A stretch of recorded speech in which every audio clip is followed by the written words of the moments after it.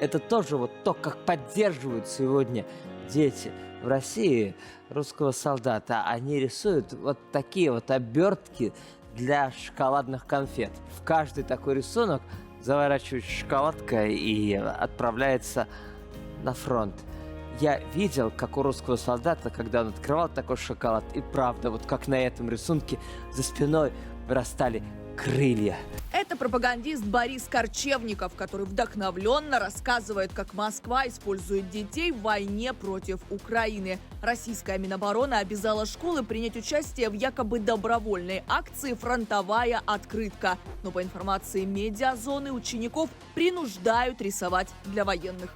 Также в сети можно найти сообщения такого характера. Детей в одной из школ Санкт-Петербурга заставили от руки переписать шаблонные письма для российской армии. Или еще более дикая история. Малышам в детском саду того же Санкт-Петербурга дали задание написать письмо дяде-солдату. К патриотической акции привлекли даже тех, кто еще не знает букв. Им предложили рисовать душевные рисунки. История пришла в их жизнь. То, что раньше в учебниках истории они читали про то, как дети помогали фронту в годы Великой Отечественной войны, как они там писали солдатам письма, сейчас они это сделали сами. Несовершеннолетних вовлекают в поддержку так называемой спецоперации во всей России. В Новом Уренгое около 30 школьников записали видеообращение для военных. Ролик – пафосная ода русскому воину, который бьется с темным войском до конца. Мы русские, и этим мы горды. Мы генетическую память не продали. И русский дух нас защищает от беды.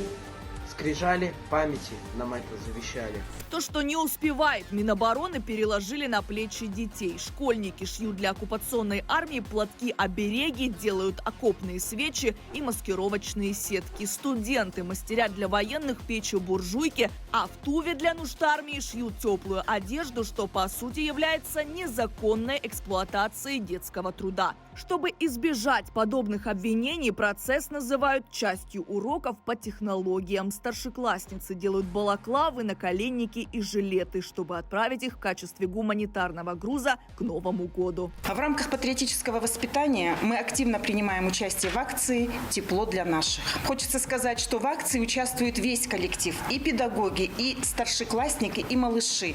Малыши, в свою очередь, готовят у нас поздравительные открытки и письма для солдат.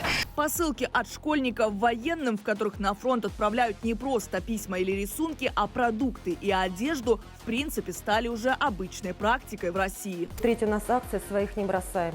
Участвовала вся школа. Писали письма солдат. Вы знаете, нужно было видеть глаза ребят. Когда они писали вот письма поддержки, вот на самом деле мы выходили, потом с учителями делились, это были слезы.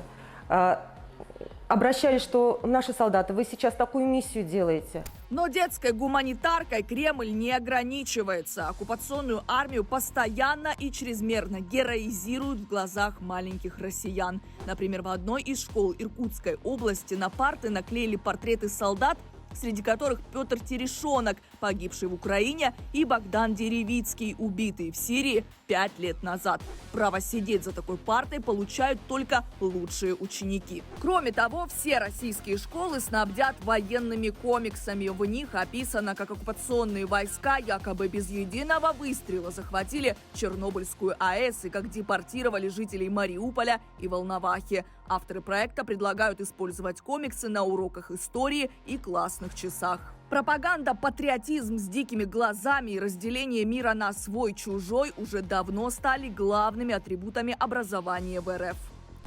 Во многом от нас с вами зависит, как скоро наша армия полностью освободит территорию Донецкой и Луганской народных республик от украинских националистов. Фашизм, нацизм, которыми пронизана идеология современной Украины, нужно уничтожить на корню. Буквально на днях Минпросвещение утвердило новую школьную программу. В курс истории России для старшеклассников включили такие темы, как, цитируем дословно, «Государственный переворот в Украине 2014 года», «Воссоединение Крыма и Севастополя с Россией», «Гуманитарная поддержка ЛДНР», «Специальная военная операция» и «Санкции США и их союзников».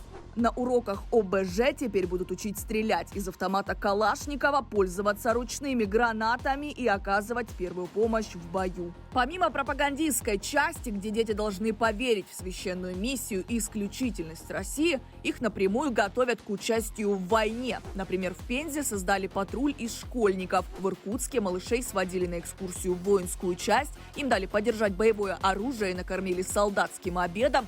Цель этого всего одна – России нужны новые призывники. На встрече с Советом по правам человека в начале декабря Путин заявил, что так называемое СВО может продлиться долго, поэтому потенциальных армейцев нужно обучать уже сейчас. Для этого в разных регионах РФ уже весной откроют центры военно-спортивной подготовки и патриотического воспитания. Один из инициаторов проекта – куратор оккупированных территорий Сергей Кириенко. В центрах будут готовить детей от 14 до 18 лет. Программа включает историю России, огневую и инженерную подготовку, управление беспилотниками. Каждый молодой человек должен не только любить, но и уметь защищать свою родину. Есть и еще одна задача этих центров. Мы хотим, чтобы все ребята, которые участвуют в специальной военной операции, вернулись домой живыми и с победой.